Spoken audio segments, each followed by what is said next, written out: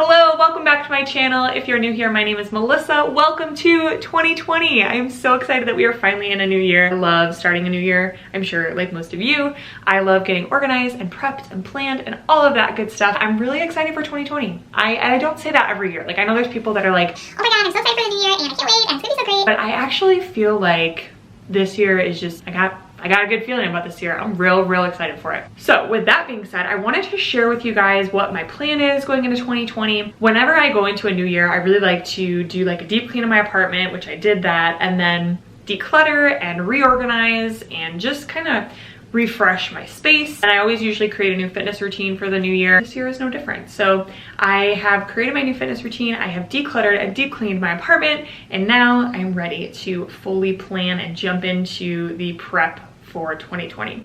Something that I'm doing that's different this year than past years is I'm actually gonna chunk the year down into 90-day segments throughout the entire year. So rather than setting, I am gonna set like overall goals for the year, but rather than focusing on those overall goals, I'm gonna actually chunk it down into sections of 90-day goals to get to those overall 2020 goals. Did that make sense? From January 1st until my birthday, which is March 26th, which isn't exactly 90 days, but it's pretty close. That's gonna be my first chunk of goals for this year. I'm gonna kind of break those down with my bullet journal prep, and I'm also going to get my basic collection set up in my bullet journal. If you are new to bullet journaling, is to make a list of the collections that you wanna add to your bullet journal before you actually start writing anything in your journal.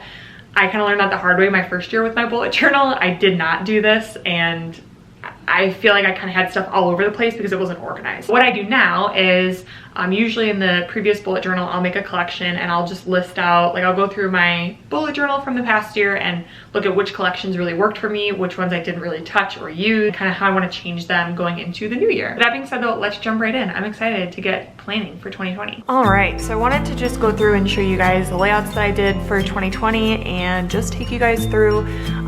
It did take me a little bit longer to do. Anytime I set up a new journal, it always takes me longer, but I thought it would be easier to just show it to you guys after it was all done so I could kind of explain my thought process, because honestly I keep things pretty simple. So yeah, with that being said, let's just get right into it. This here was really helpful. I started incorporating this last year and I actually reference it all the time. So this is just the number of squares across. So I have 26 squares across, 38 squares down, and this is just a nice quick easy reference that I can do when I'm creating new collections in my journal.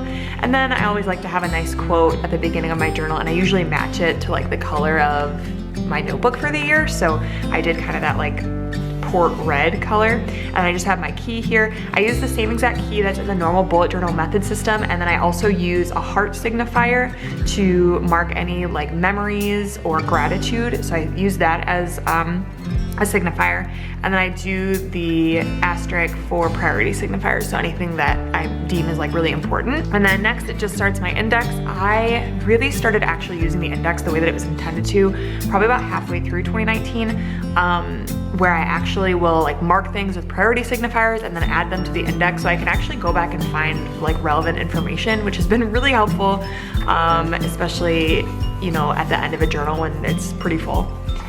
And then next I just have my future log. I decided to do more of the horizontal future log than the vertical one that I did last year, because I found that at the end of the year I had a lot more space when I did the vertical, so I thought that I would try it this way this year and see how full this gets. So I just have a calendar and then I have the dates. The only thing I will say that I'm not sure if I'm gonna love about this is that the dates won't be in order.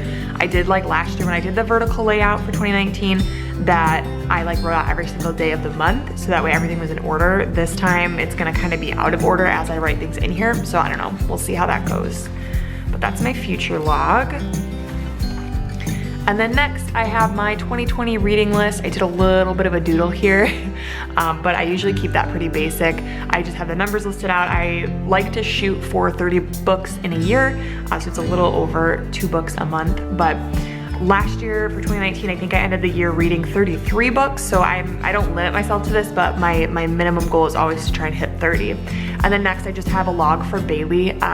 I like to just keep track of like his vet appointments, when he needs his preventatives, just random things like that, so that way I can keep track of things. So that's just what this is for. These 2 pages here, this financial freedom page is basically me just keeping track of things that I want to pay off and all that good stuff. So that's what this side is. It's just a nice little tracker to kind of show my progress throughout the year. And then this over here is just my savings. One of my goals for 2020 is to actually have a specific amount in savings at the end of the year. I don't know, I feel like I fluctuate with my savings. So I have, basically I have the amount on the left-hand side of things that I want to save, and then I have on the right column, I'll just write the date, and then I get to color it in when I get to that level. And then these next two pages are just YouTube related things. So I just have like a YouTube subscriber tracker and then my video planner. I used my video planner like the entire year last year for 2019, so it was a really helpful collection. One thing that I just like doing at the end of a year is going through my old journal. So I did that for this year. I went through my 2019 journal, saw what collections I really found helpful and actually used, and then made sure that I added those into my new journal.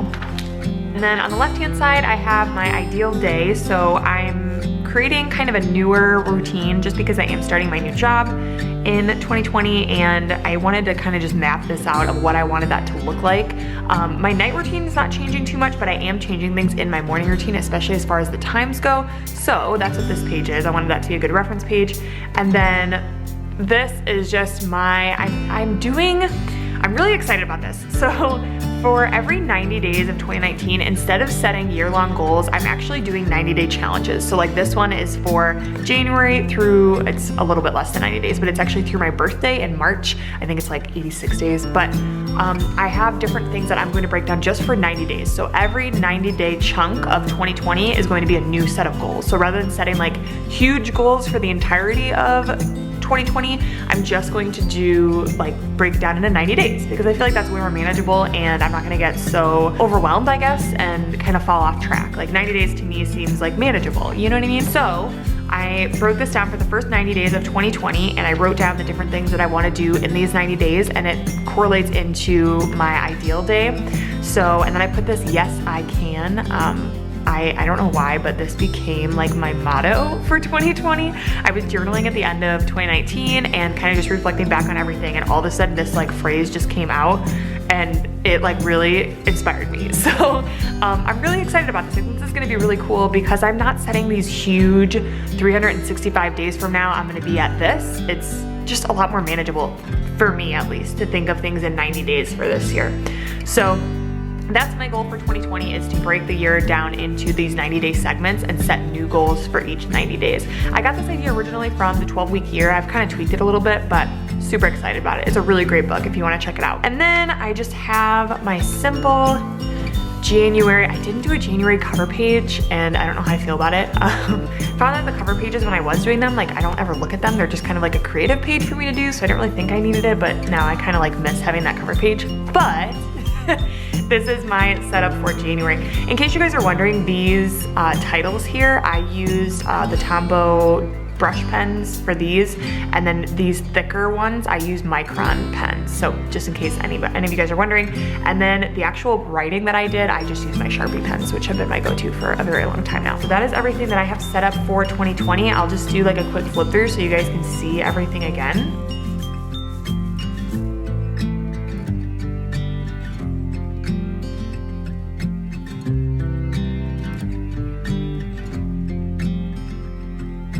So that's my bullet journal setup for 2020. I am so excited for this year, honestly, and I can't wait to just take you guys with me and we can do all the bullet journal planning and things together. So the other thing that I just wanted to like throw into this video, and I thought like what better way to just say goodbye and close the chapter of 2019 and welcome in 2020 than with doing a just quick recap. I honestly feel like this year was just so incredible, and it was the first full year that I actually did YouTube consistently, regularly. I hit 1,000 subscribers with you guys, and I just thought it would be really cool to do just a quick 2019 recap to officially fully close out 2019 and welcome in 2020 on a clean, fresh slate. So with that being said, I just wanna do a quick recap and then we'll move into 2020 together. When is it my turn to start living? 'Cause I remember growing up, we rode our bikes all over town, spending all our cash on candy bars, and no one ever told us that tomorrow it might not be gone. Sunny days replaced with weekend jobs. I don't wanna turn back